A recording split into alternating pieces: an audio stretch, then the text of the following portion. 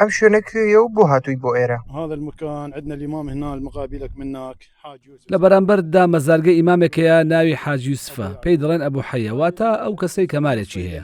ئەم شوێنش دەرمانخانەکەیەتی و خەڵکان ئەوانەی نەخۆشی پێستیان هەیە وەک ئەگزیما و حەساسیەت و بوهاق دێنێ ئێرە شیفا وەردەگرن. شیفاش لای خوددایە و ئەو کەسەش کەرامەتی هەیە، دەبێتە هۆکار بۆ عیلاسکردن لە ڕێی مەلەکردن لەناو ئاوەکەیان دانانی قوڕاوەکەی لەسەر شوێنەکە.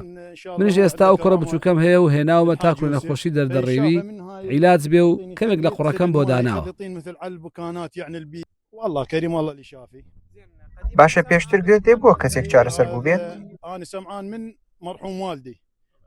بەڵێ من لە باوکم خوا عەفوی کات گوێم لێ بووە کە ئەو ئەگزیمای هەبوو لە دەستەکانی و هاتووە دوو شەو لەناو ئیمامەکە خەوتو دوایی هاتووە بۆ ئەو شوێنە مەلەی تێدا کردووە. کە مەلەی کردووە مارێکی بۆ دەرچوە و دەورەی لێداوە. پاشان باوکم کە دەرچووە لە ئاوەکە چۆتە لای خزمەتکاری ناو مەزارگەکەی حاج یوسف و باسی مارەکەی بۆ کردووە. ئەوی ژووتوێتی مادەم مارەکەت بینی ئەوە بڕۆ تۆ تەواو عیلاج بوویت.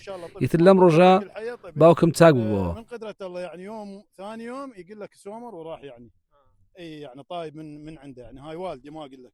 زين هذا على اساس حيه موجوده هنا راح باشە ئەم شوێنە ماری تایە؟ عنده يقين شلون نقول وعنده. بەڵێ مارێکی تێدایە و بۆ ئەم کەسانە دەردەچێت کە ئیمانیان هەیە و باوەڕیان هەیە مارەکە بۆیان دەردەچێت و عیلاج دەبن و وەک پێم وتیت کە عیلاج لە لای خوددایە و ئەمانە شۆکارێکن بۆ گەیشتن بە عیلاج.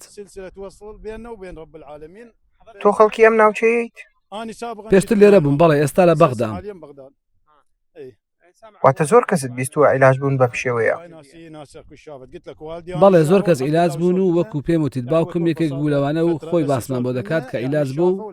باشە تۆ ئێستا بڕوات وایە کوڕەکەتیش عیلاج دەبێت؟